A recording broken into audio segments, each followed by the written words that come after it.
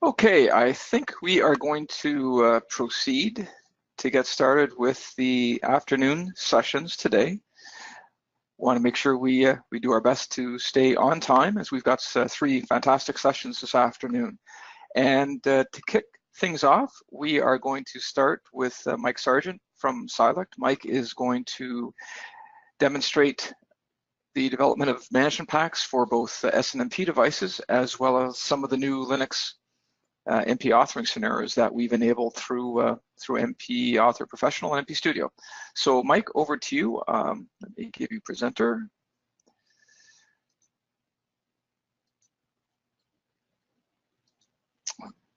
Okay, Mike, you should have presentation rights. All right, you should be seeing MP Studio. And I see your screen. Excellent, thank you. Good afternoon, everyone. So I've got about a half an hour here, so we'll get right into this. With MP Studio version 9, we've created the ability to create Linux MPs and fragments to use with that. And I'll also be going through SNMP MPs. So let's just hop right into that. We're going to create a new management pack. Most of this is going to be the same as what you've seen before, with one exception, 1901.linux. Select the whole thing. I'm not going to spend much time on this except here. We have the ability to create Linux MPs, and what that does is puts in a set of references. That's all this information down here for Linux versus, for instance, Windows is a different set. And even amongst Linux, there are different versions of the MPs. You can see those slightly changing here. But I'm going to stick with 1801, 1807 because that's the management group that we're on today. Create an empty MP, and it'll pop right up here.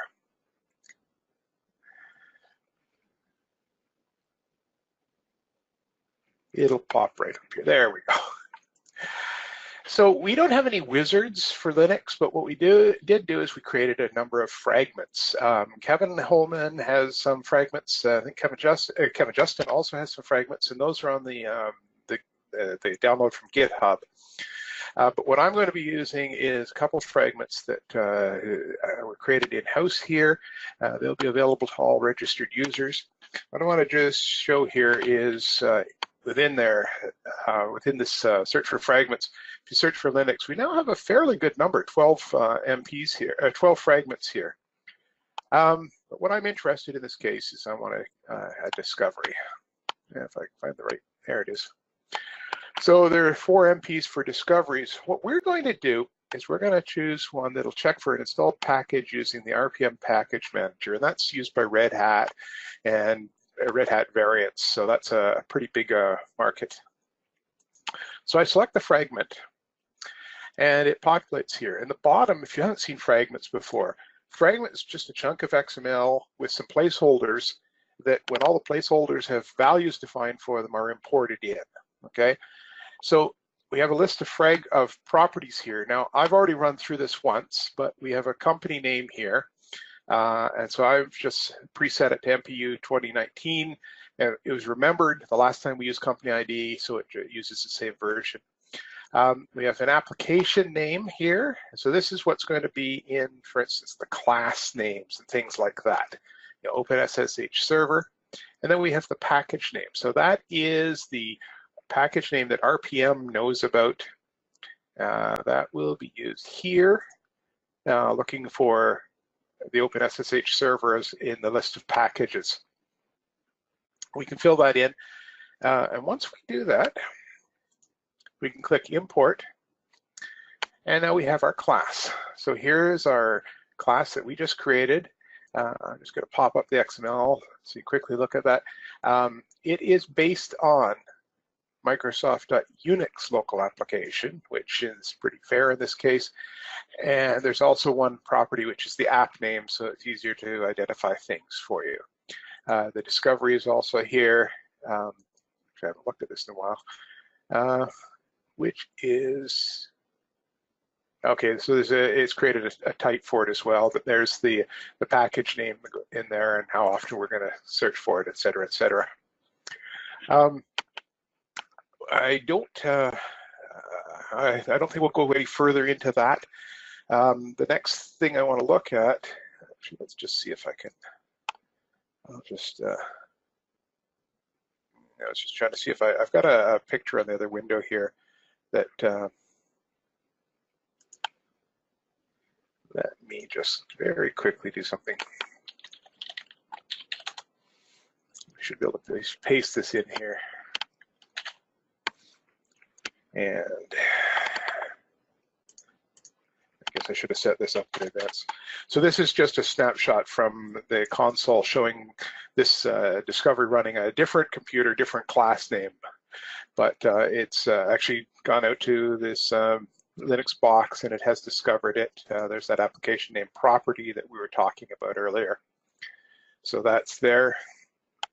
The next thing we want to do is we actually want to look at a discovery. Sorry. What have I done here? Discovery fragment is not right. We want a monitor fragment. So the next thing we want to do is we want to search for, again, we want to filter down to Linux, but this time we only want monitors. So we have 6 of them. Kevin Justin's just added these 4, this one, this one, this one, and this one. But these 2 were created in-house here, so we're going to actually be looking at the Unix daemon script. And so this is the rough equivalent of an NT service running. We use the same company name, we'll say use the same app name. In this case, we have a class, and we do have the class browser here. So as we saw perhaps in the earlier session, if you're on there, we will normally default to the first class that's defined in this MP if we can find one, which in this case is the only class we're really interested in. And then we have unique ID and the daemon name. I've made them both the same. So this is the UPS power daemon that we're going to be looking for. And then there's all the text down here, which is the unit monitor, the presentation information, etc. So if we click that, we'll import that fragment. And now we have under our monitor here, we have this new monitor. We can view the XML. We can do all the rest of the stuff. You know, everything else now is the same. We can add knowledge to it if we want to. We can manage overrides. All the rest of that information is available here. But at this point, we have basically a fully functional Linux management pack that will go out and discover systems with OpenSSH running on them, and it'll monitor the power daemon. And we did all that in 8 minutes. Now, obviously, you're going to want to do additional things. We do have, as I pointed out, there's a total of, I think it was 12 discoveries. No, it wasn't 12 discoveries. It was, let me just come back here. We'll just quickly review that. So if we're looking for Linux, there's 12 fragments. There are 4 discoveries. So you can look at a discovery. This is one that Kevin Hellman has had for a while. A discovery based on the existence of a file. We can also use it based on the existence of a process, or we can check the package manager of 2 different styles of package manager here. Apart from that, we have the 6 monitors we were talking about earlier. Some of these run scripts, some of them run shell commands. Kevin Justin's put some in where it requires base64 encoding and others that do not.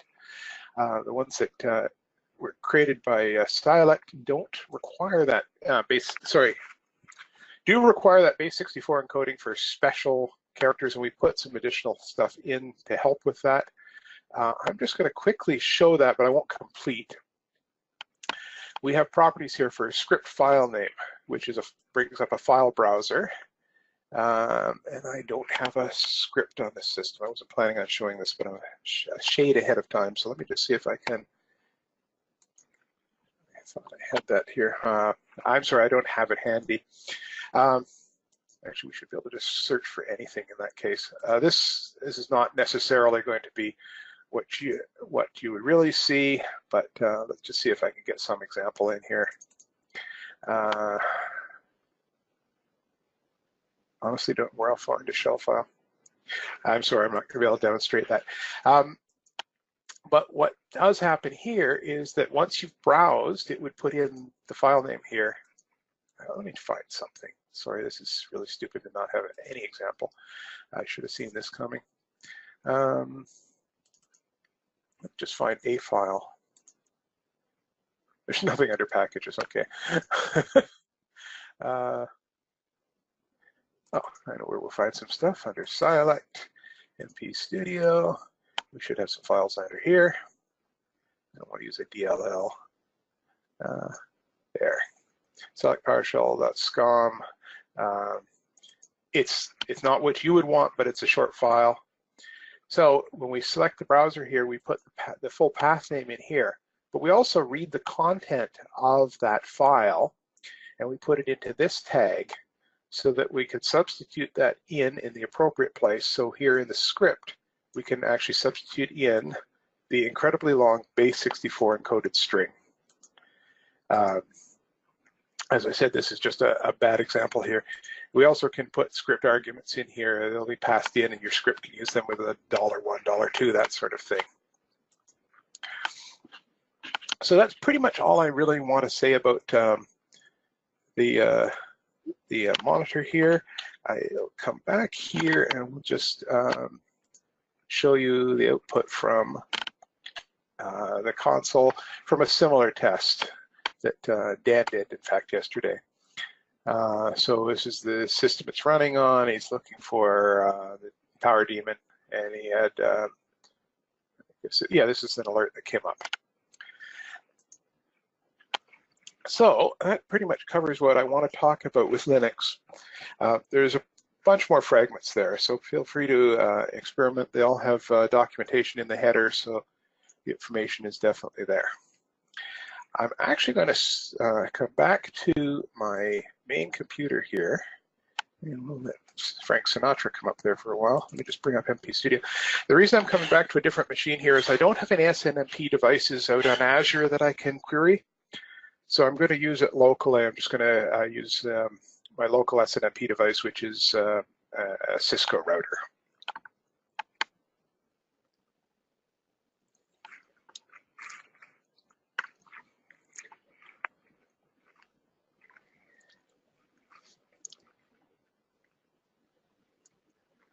And any second now, there we go. So let's create a new management pack. And we're going to call this one MPU.RV180W because that's the actual device I'm using. We'll store it there, but in this case, we're going to ask for an SNMP management pack. And again, all that changes is the references down here, but we get things like the system SNMP library reference so that everything is ready for us.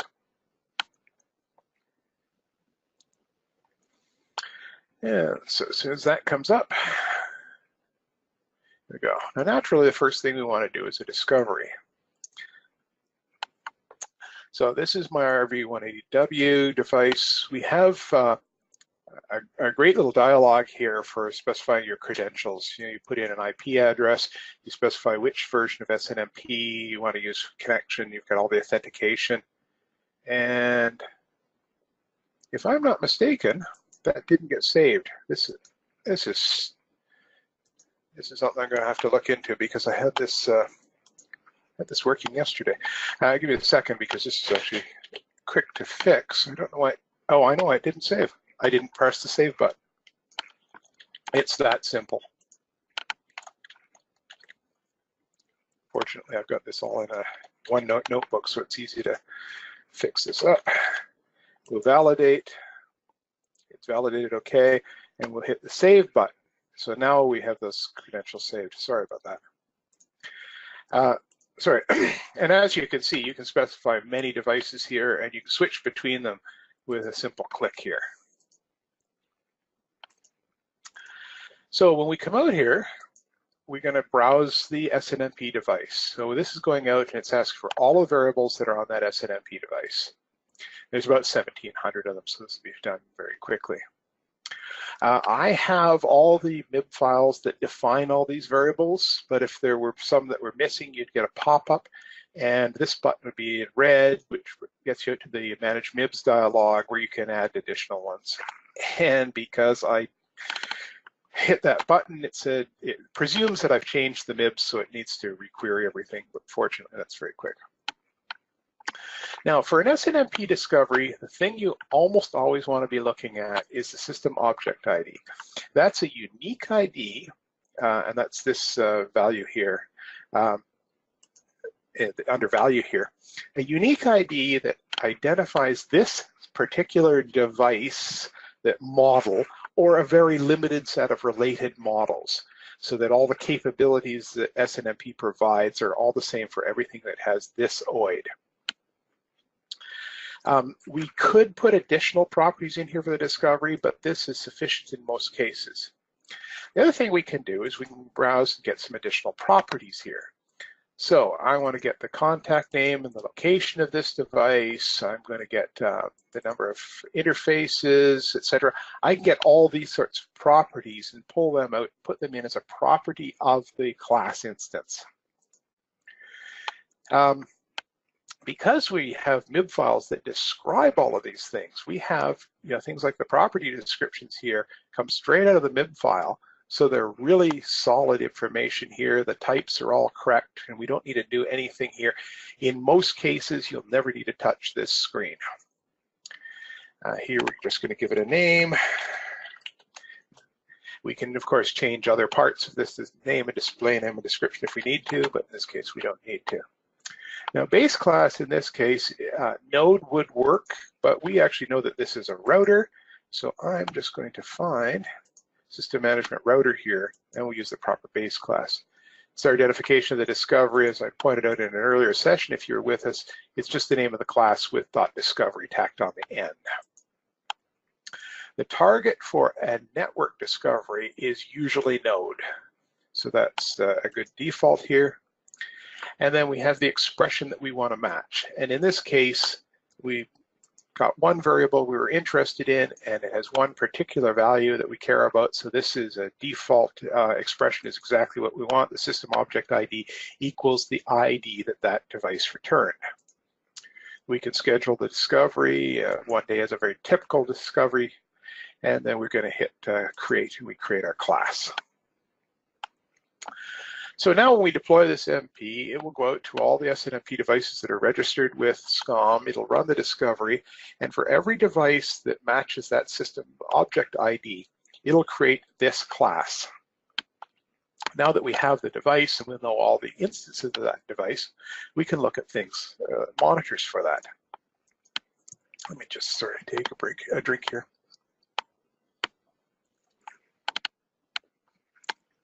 So I'm just going to demonstrate the two-state, two-probe monitor. If we have time at the end, I'll do a quick talk about the trap monitor. But the basic difference is a probe is when SCOM asks the device for its status. A trap is when the device informs SCOM of a change in status. So we've got our device here. We'll go out, we'll do a browse. So what I'm going to use here is I'm going to use this filter, and I'm going to look for admin status. This tells me, sorry, I actually wanted the operational status. Operator status.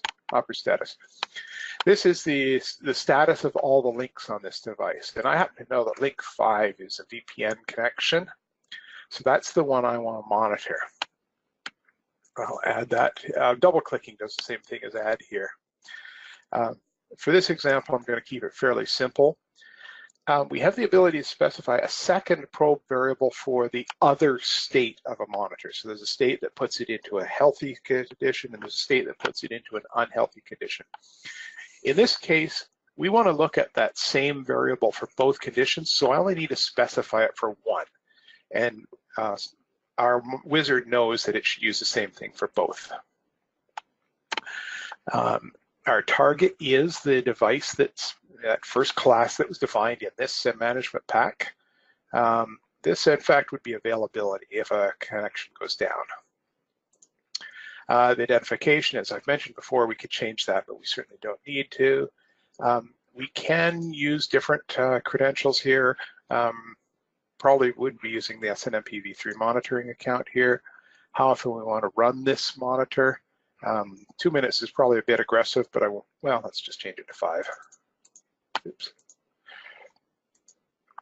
So here's our first expression, that if the operating status for link 5 equals 1 is one expression. I'm not going to change that, but there's a lot you can do here. You can add additional conditions, including ands and ors, and there's regular expressions, and there's all sorts of stuff there. Feel free to play around with that. There's a lot of good stuff in there. But if the first condition is equals 1, then the other condition is automatically generated as a does not equal. Now you can change these. They don't have to be complements. But in this typical case, you want to look at one variable, you want to look at one condition, and you want to look at, for the other health state, you want to look at the same variable for the opposite condition. And so we have code that automatically generates this expression, but if you change it, it'll respect your wishes. And then we get to specify the health state. So if the operational status equals 1, it'll be healthy. We could change that so that's the warning state, in which case the other condition is healthy. But in reality, in this case, we want to make sure that it's up. So healthy is the one case, and unhealthy, and warning in this case, is the other state where it does not equal to 1. But we can generate an alert. And I don't know if you're in my earlier session, but I glossed over some of the information we can add here to the alert description, but I'll just talk about that a bit. Every time we generate an alert, there's a certain data that's been used that was probed, okay?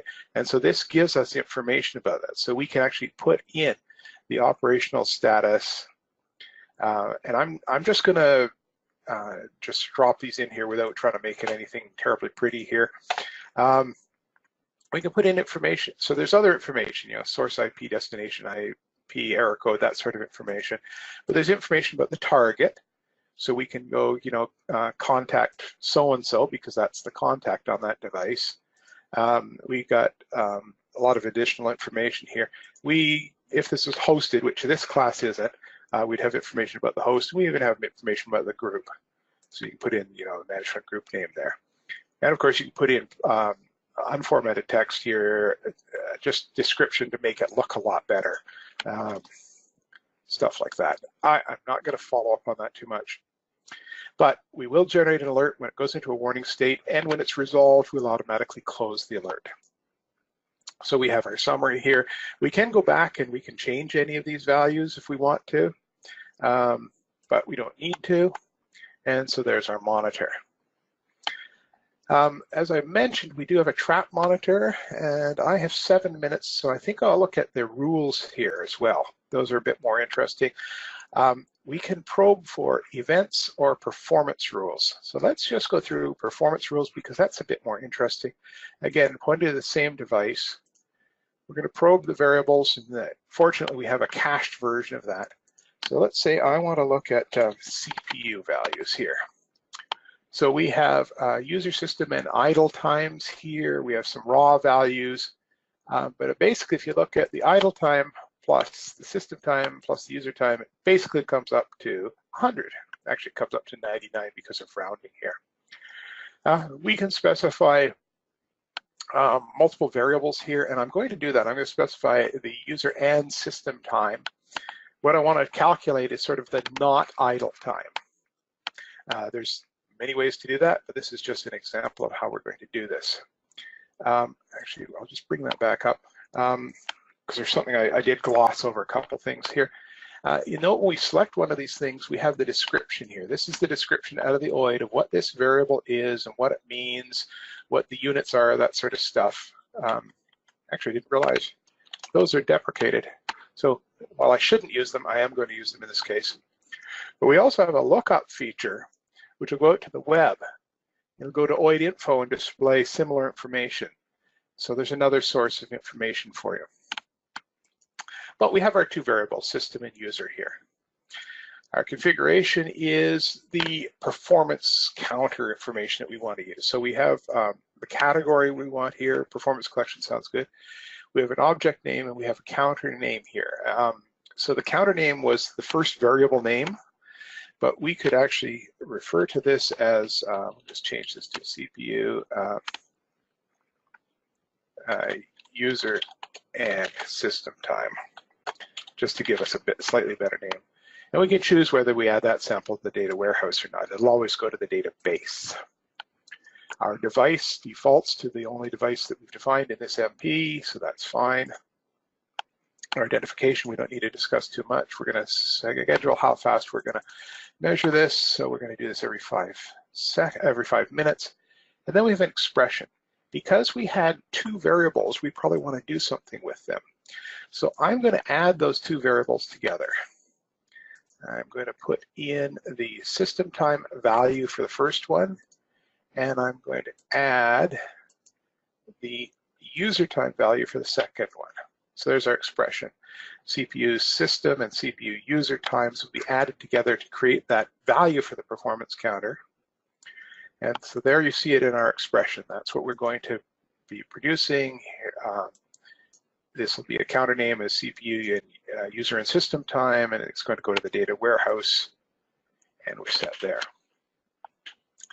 So with 4 minutes left, the probe event rule is similar, that it'll just log data. So I don't think there's much to be shown there. What I'll do is I'll do a trap event alert rule because that's a little different. Again, we specify the device we want to query. In this case, we look at all those variables, but from that information, we try to determine what traps are available as defined in the MIBs. So we've got them all, and so this is our list of traps here. So we have things like cold starts and warm starts, authentication failure, link up and link down. Let's go with a link down. So we want to get a trap when the link goes down. We can add, I think we can do it a second one here, link up. Yes, so we have the 2 traps we're interested in, link down and link up. We can specify event collection, different names for what event logs we want to use, event numbers, categories, all that information. And we have a description here which was based on the information that we had selected here. We can choose to go to the operational data warehouse and subsequently to the data warehouse. This last one for traps is interesting. Ignore the SNMP version number of traps. The reason for that is some devices you may be communicating with SNMP v3, but it may return a v2 or even a v1 trap. If you don't ignore that, the trap would be ignored, so we typically leave that enabled. Target is the same.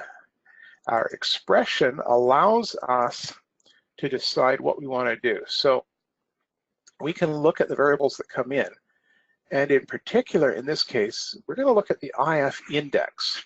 So we only care about this port 5 on this router. Any other traps that come in for links up or down, they're not critical. We don't care about them. So what this will do is it'll filter those traps to only pass if it's the 5th port here. Our identification we've seen before, we don't need to talk about. We have the ability to generate an alert. Apparently version 9 has been released. We can put in a lot of information here, and it's very similar to what we saw before. So we have information, you know, the status and uptime and event IDs and all that sort of information. You can certainly get that. If you just want to log that information, you don't want to generate an alert, you can uncheck this. Our summary, click finish, and we're done. And I've got about 1 minute left, which is good because I don't have that much more to say about these things. I'm just going to save this quickly. And I'm going to run my verify, which will tell me that we have a class in an unsealed MP. That's a normal thing. Check for missing display names. We're good there, etc. And so that pretty much brings me to the end of my session here. I'll just see if there's any unanswered questions here. Looks like Dan has been doing a good job. Upgrade, yes. Still using Squeezebox? Yeah, still using Squeezebox. My last one hasn't blown up yet. I lost one in a lightning strike 6 years ago. There's a clicking in the background. Change my audio hardware. I apologize. I actually have a binder clip on the cord that for the earlier session I remembered to clip to my shirt, and I forgot to do that for this session. I do apologize for that. Send with the wizard. Yes, you can edit these things with the wizard. So click Edit with Wizard. It brings back the same stuff. It knows exactly what you got the first time. So yeah, Edit with Wizard. I know Dan's already answered all these things. And it's not as much a keyboard. Yeah, it's a different sound. It definitely is. Sorry about that. I think that's the end of the open questions there. So back to you, Harold. Yep, thanks very much, Mike. And let's just go back to the agenda real quick.